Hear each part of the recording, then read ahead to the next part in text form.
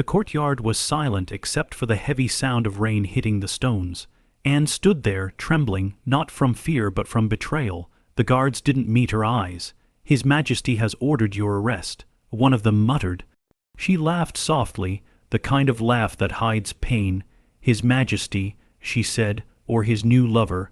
They grabbed her arms and pulled her through the long corridors of the palace. Servants stepped back, whispering like snakes. Only a few months ago, these same people bowed when she passed. Now they acted like she carried death itself. Anne tried to speak to one of them, a maid she once trusted, but the girl turned her face away and crossed herself. When the tower gates opened, the air inside was cold and thick. It smelled like iron and tears. "This is where they keep traitors," one guard said under his breath, "and queens," Anne answered. Her voice was steady, but inside her chest everything felt broken. She kept remembering Henry's face, the way his eyes once softened when he looked at her. Now they were filled with hate. Something inside him had changed. It was like he was possessed by his own power. The love that once protected her had turned into a weapon pointed straight at her heart. She sat alone in her cell that night, the candle flickering weakly on the wall. Drops of wax fell like seconds counting down to her death. From outside, she heard footsteps and a voice she knew: Thomas Cromwell. "The king is merciful," he said, his tone sharp with sarcasm. "He chose the sword, not the fire." She smiled bitterly. "Then I must thank him for his kindness," she whispered. When he left, the air grew colder. She thought she saw a shadow move near the corner of the room. A woman's shape, thin and pale. "You should not have worn the crown," the shadow whispered. Anne froze, heart pounding, but when she looked again, the corner was empty. The next morning, the tower courtyard was filled with whispers. Anne woke to the sound of a key turning in her cell door. A young guard entered, barely older than her brother had been. His hands shook as he placed a tray of food before her, bread and water. "You should eat," he murmured. She looked up at him and smiled faintly. "What difference will it make now?" He didn't answer, just lowered his eyes and hurried out. The door shut with a deep metallic echo that sounded like a coffin closing. As the day went on, Anne tried to pray, but her words trembled. Her thoughts kept drifting to her daughter, Elizabeth. She pictured her small hands, her bright eyes. "They will tell her I was evil," Anne whispered to the cold air. "But she will learn the truth. She must." She pressed her palm to the damp wall, as if sending the promise through stone. Somewhere beyond it, the bells of London rang, but they sounded strange, like they were mourning before death even came. When night fell, Cromwell returned. His face was calm, almost polite. "His Majesty wishes to know if you confess," he said. Anne stood, her wrists trembling but her voice sharp. "Confess to what? To loving my husband, to giving him a daughter, to being the woman he destroyed everything for?" Cromwell tilted his head slightly. "To witchcraft, your grace, to seducing him by unnatural means." Anne laughed, low, hollow, bitter. "Unnatural," she said. "You call a man's desire unnatural when it stops serving you." He turned to leave, but she called after him. "Tell the king," she said softly, "that no sword can cut away the truth." Cromwell paused at the door, then looked back. "The truth," he said, "is whatever His Majesty says it is." When the door shut again, Anne felt the ground beneath her shake slightly, as if the tower itself groaned. She looked toward the small window and saw a shadow cross the moon, black wings beating silently. A raven landed on the sill, staring at her through the bars. It didn't move. It just watched, as if waiting for the end it already knew. By dawn, the tower was restless. The air felt heavy, like it carried a secret that everyone already knew. Anne had barely slept. Every time her eyes closed, she heard the sound of a blade slicing through wind. When the door opened, she expected guards, but it was her brother's friend, George Wyatt, his face pale with sorrow. "My lady," he whispered, "the trial begins today." They led her through narrow stone holes filled with echoes. Every step felt longer than the last. As she entered the courtroom, silence spread like poison. The judges sat stiffly, their faces blank, their verdicts already carved into stone. Henry wasn't there. He never would be. Only Cromwell's cold eyes followed her as she took her place. The accusations came like arrows: adultery, incest, treason. Her brother George's name echoed in the chamber, and Anne's breath caught. "You dare say I betrayed my own blood?" she snapped, her voice shaking with rage and disbelief. "You have no witnesses, no proof. only fear. The crowd murmured, some in pity, others in disgust. The court didn't care. It was all theater, and she was the show. When her turn came to speak, Anne stood tall. "If I am guilty," she said, "then may my death bring peace to England. But if I am innocent, may my blood haunt those who condemn me." Her words hung in the air like smoke that refused to fade. The jury took only moments to decide. Guilty, the word echoed, and the air went still. Anne's hands trembled, but her eyes did not drop. She looked straight at Cromwell. "You think this will end me," she said softly, "but you've only begun a curse that will never die." As she was led back to her cell, thunder cracked in the distance. Rain slammed against the tower walls, and lightning lit the sky in sharp white flashes. A guard whispered a prayer under his breath, crossing himself. And just for a second, as Anne passed a dark corridor, she saw her reflection in a window, her face pale, her neck already ringed with a faint red line. The rain did not stop that night. It poured as if the heavens themselves wept for her. Anne sat by the small window, the candle beside her almost gone. The room smelled of wet stone and old iron. She could hear the river beyond the tower, dark and slow, carrying secrets away from the city. When the door creaked open, she expected Cromwell again. But this time it was Archbishop Cranmer. His face was drawn, his eyes heavy with guilt. "My lady," he said softly, "the king has ordered me to offer you comfort before the end." Anne turned to him, her voice barely a whisper. "Comfort?" she asked. "From the same man who tore his soul from Rome for me, or from the God who watches silently as men twist his words?" He hesitated, clutching his cross tighter. "You still have a chance to save your soul." Anne smiled sadly. "My soul," she said, "is the only thing I still own." For a while they sat in silence. Then faintly from somewhere above came the sound of footstep, soft, dragging, uneven. Anne looked up. "Do you hear that?" she asked. Cranmer frowned. "Hear what?" But the sound grew clearer, a slow tapping like someone walking barefoot through the hall. It stopped right outside her cell. The candle flickered violently, and for a moment the air grew cold. Anne could see her breath. The door didn't open, but a whisper slid through the gap. "The sword is sharp," and waiting. Cranmer stood, frightened. "It's only the wind," he said, though his voice trembled. But Anne knew. Something unseen was already preparing for her death. When he left, she knelt and pressed her forehead to the cold floor. "God," she whispered, "if I must die, let my death mean something. Let her, my Elizabeth, live." The candle died then, leaving her in darkness. Yet in that darkness, she saw it, a faint glimmer of gold, like a crown, floating just above her head, before fading into nothing. The morning came cold and silent. Mist rolled across the tower courtyard, wrapping everything in a gray shroud. Anne was awake before the guards arrived. She had braided her hair neatly and wore a simple gray gown. Her hands shook, but not from fear, only from the weight of everything she had already lost. When the door opened, she stood without being told. The guard avoided her eyes. "It's time, my lady," he said quietly. As they walked, Anne could hear the city waking beyond the walls. Bells rang faintly in the distance. The path to the scaffold felt endless, lined with faces she once knew. Ladies, nobles, servants. No one spoke. Some crossed themselves, others turned away. A sudden gust of wind blew her hood back, and she didn't bother to fix it. The world could look upon her. She had nothing left to hide. At the foot of the scaffold, a French swordsman waited, his blade gleaming, his face hidden beneath his hood. He bowed to her, a gesture of respect few others had shown. "I will make it quick, madam," he murmured in broken English. Anne nodded. "Do not fear," she said. "I have already died once in his eyes." Before climbing the steps, she looked toward the sky. The clouds parted slightly, and a single beam of sunlight touched her face. She smiled faintly. "Tell the king," she said, to no one in particular, "that I forgive him. He will need God's mercy more than I ever will." She knelt, eyes open, lips moving in silent prayer. The crowd held its breath. For a second, even the ravens stopped their cawing. Then the faint whisper of steel sliding through air, swift, silent, final. The sound was almost beautiful, but before the sword struck, witnesses later swore they heard her whisper one last word. Elizabeth. And when the blade fell, the sky thundered as if the heavens themselves cried out.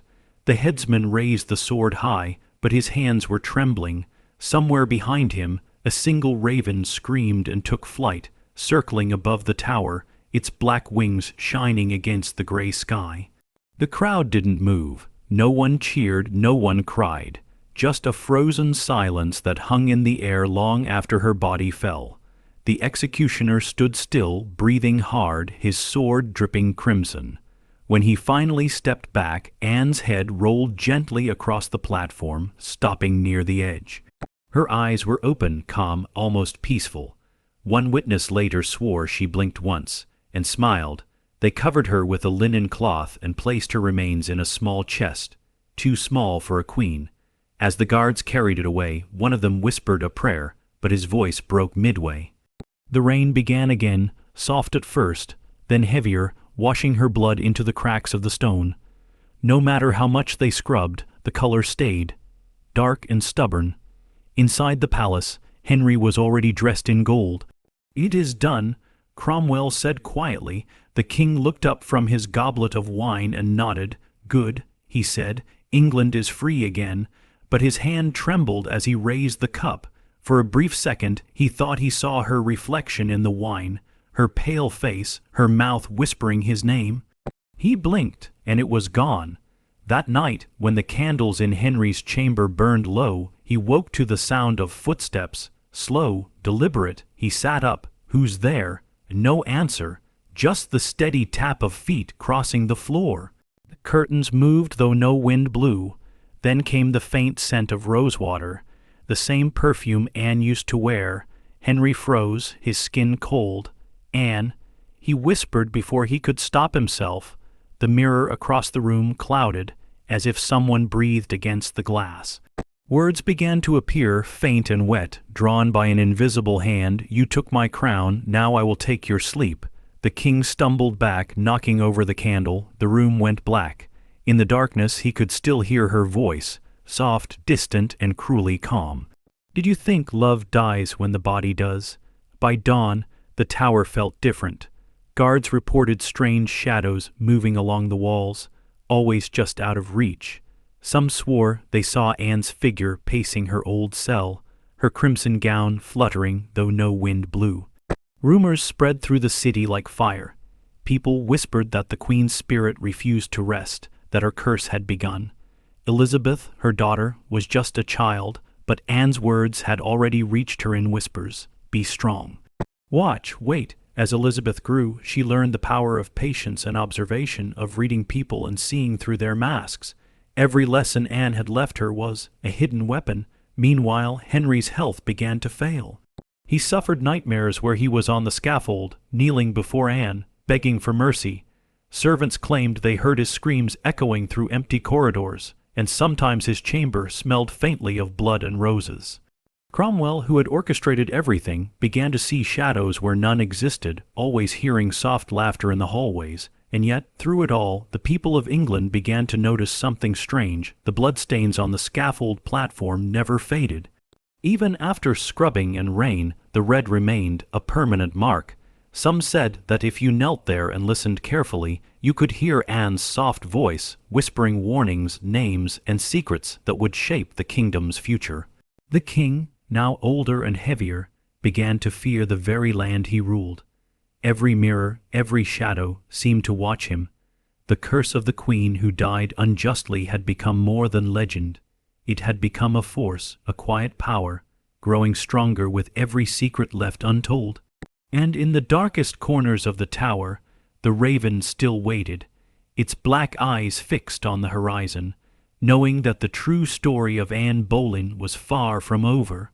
Years passed, and Elizabeth grew into a clever, determined young woman, unaware of the full horrors her mother endured, but carrying the echoes of Anne's warnings in her heart.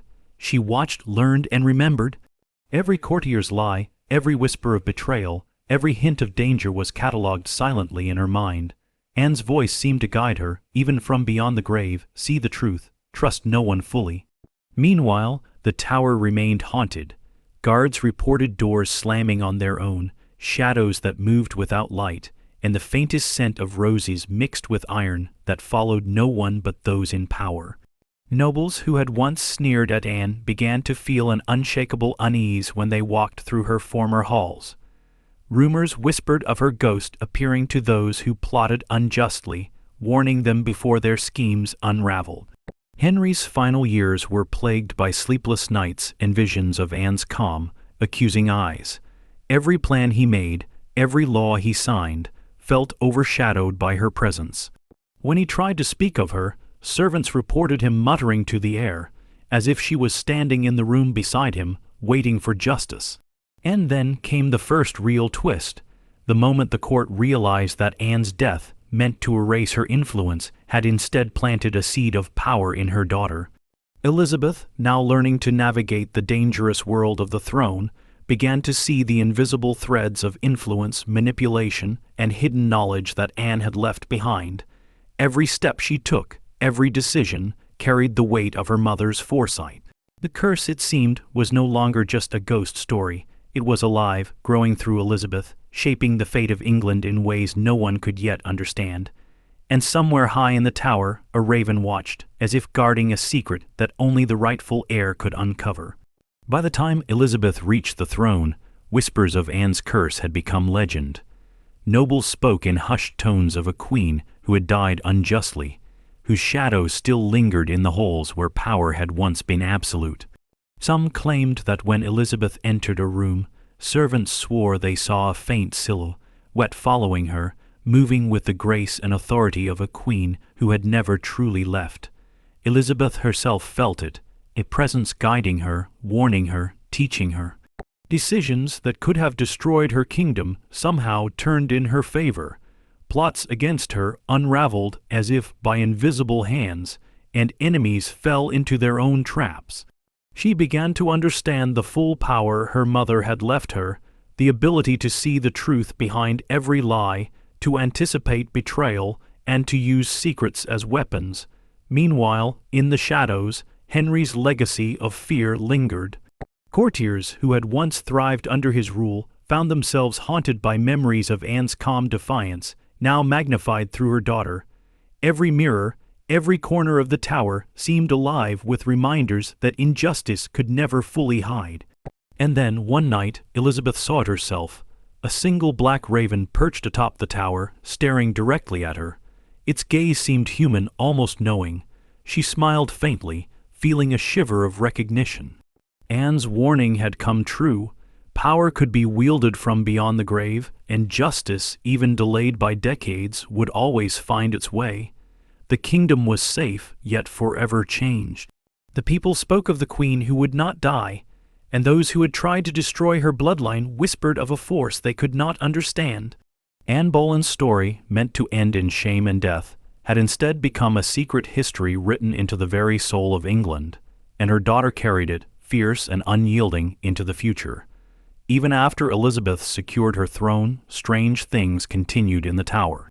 Guards reported that at midnight, the heavy doors would creak open on their own, and footsteps echoed through empty halls.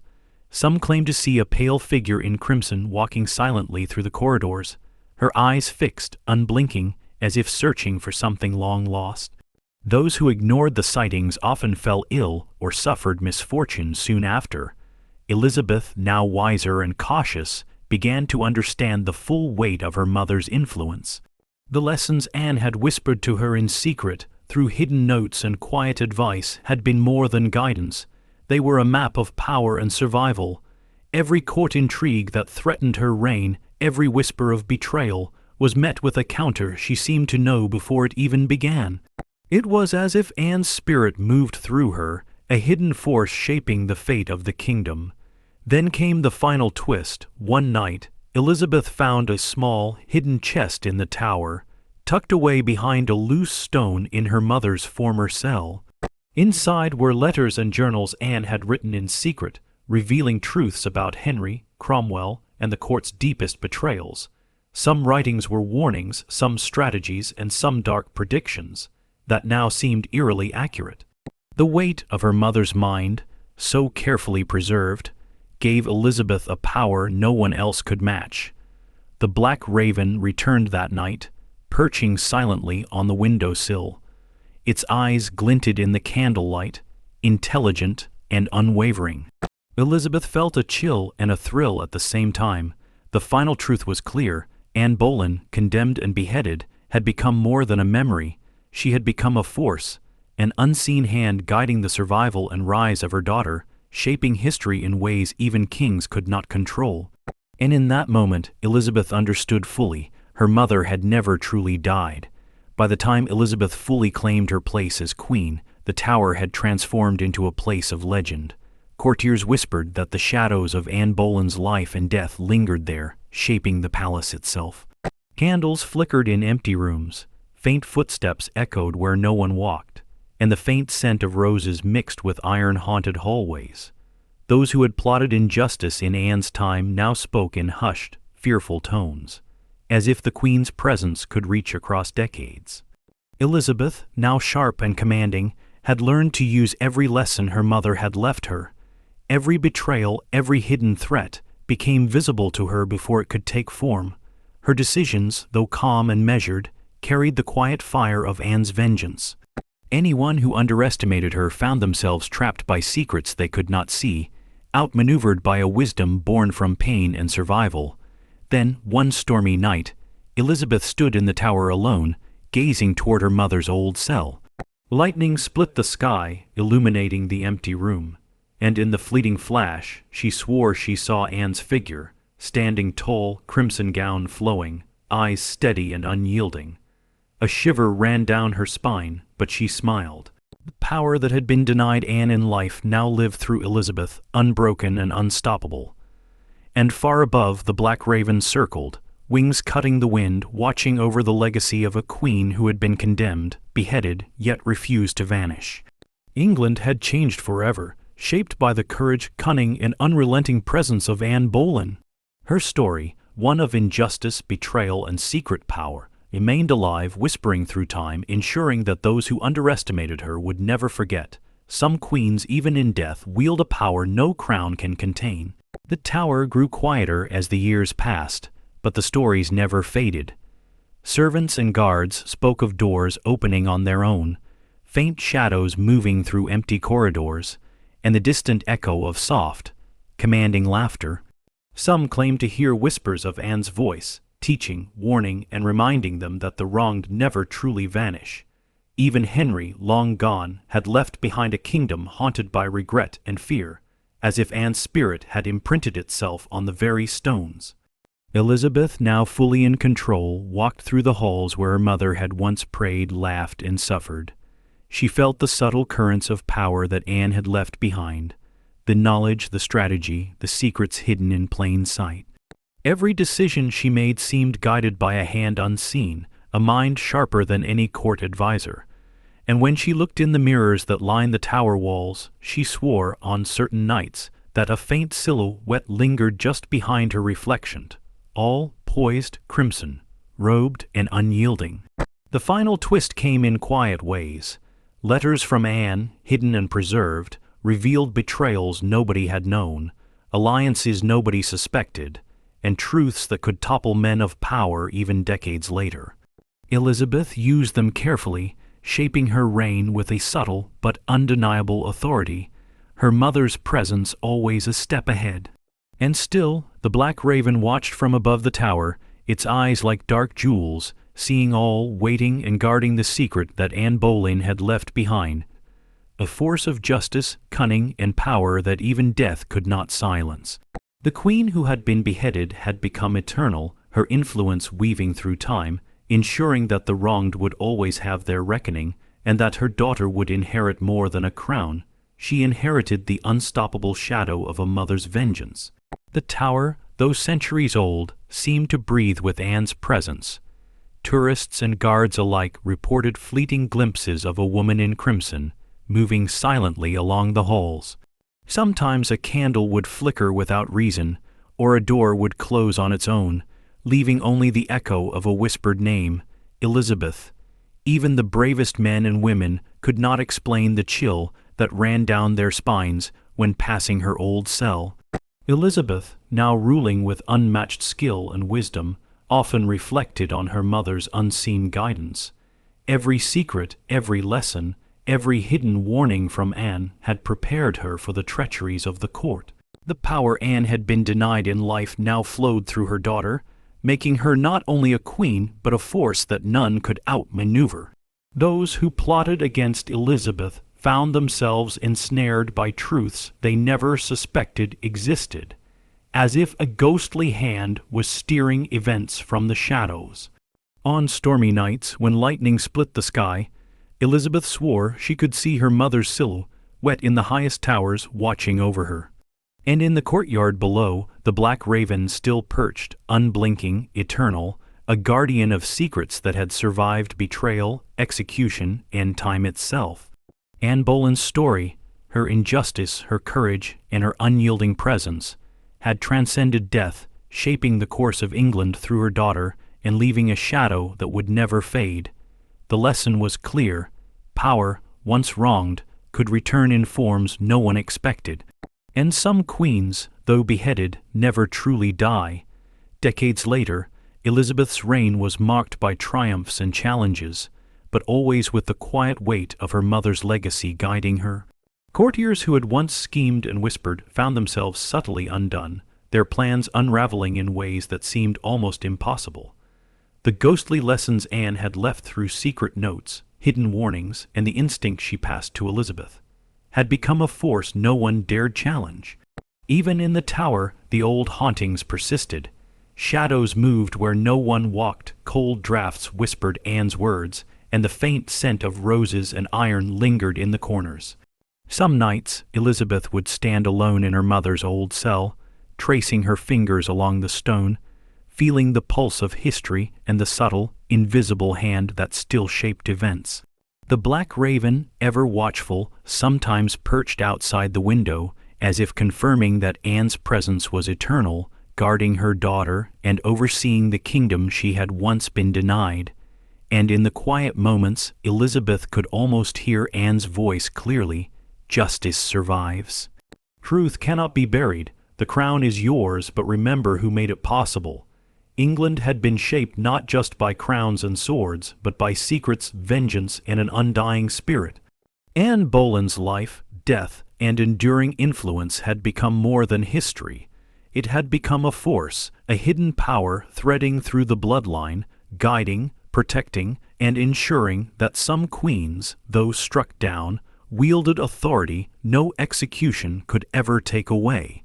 The story ended not with silence, but with a whisper carried on the wind. The queen who died had never truly left. Even long after Elizabeth had secured her throne, the tower never fully let go of Anne's presence. Guards and servants spoke in hushed tones of fleeting glimpses: a crimson figure in the corridors, a shadow watching from high windows, or the soft rustle of fabric when no one was near. Candles would flare inexplicably, and the faint scent of roses mixed with iron sometimes drifted through empty halls. It was as if Anne's spirit remained vigilant, guarding her legacy and the daughter she had prepared to inherit it. Elizabeth, aware of the weight of her mother's influence, began to act with a quiet confidence that unnerved even the most seasoned courtiers. Every intrigue, every hidden threat was anticipated, and every misstep by her enemies seemed to meet an invisible barrier. Anne's lessons, her secrets, warnings, and strategies had become a force of their own, shaping events through Elizabeth with uncanny precision. Then came the final, unsettling confirmation. On a night of thunder and lightning, Elizabeth saw a shadow in her chamber. It moved deliberately upright, dressed in crimson. She knew instantly who it was. The black raven appeared at the window simultaneously, its eyes glinting with uncanny intelligence. Elizabeth did not flinch. Instead, she whispered, "I understand now, Mother. Your power lives in me." The tower, the palace, and the kingdom itself had become a testament to a queen who could not be silenced. Anne Boleyn's story, once meant to end in shame and death, had transformed into a hidden force of justice, cunning, and survival, a secret history that would shape England for generations. Even in death, she had ensured that her influence, her vengeance, and her wisdom would endure, invisible but unstoppable. By the end of Elizabeth's reign, it was clear that Anne's influence had never faded. The tower had become more than a fortress. It was a silent witness to a power that transcended death. Stories of Anne's ghost, the crimson figure, and the black raven were whispered across the kingdom, blending fear with awe.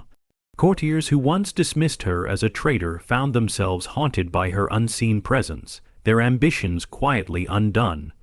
Elizabeth herself carried the final twist of her mother's plan, a kingdom ruled not only by law and sword but by knowledge, secrets, and foresight passed down from Anne.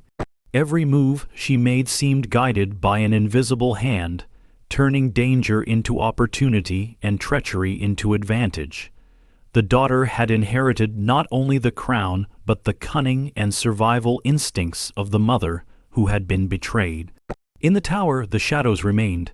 Candles flickered, cold draughts whispered, and the faint smell of roses and iron lingered in Anne's former chambers. The Black Raven continued to watch from the highest tower, a guardian and messenger of a story that would never die. Anne's life, her unjust execution, and her enduring presence had rewritten history quietly, invisibly, yet irrevocably, and the final chilling truth lingered in the air. Some queens, though beheaded, never truly die. They live on in the shadows, in the bloodlines, and in the secrets that shape empires. Anne Boleyn had become eternal, a hidden force guiding England, her vengeance and wisdom unseen but felt by all who dared to cross her legacy.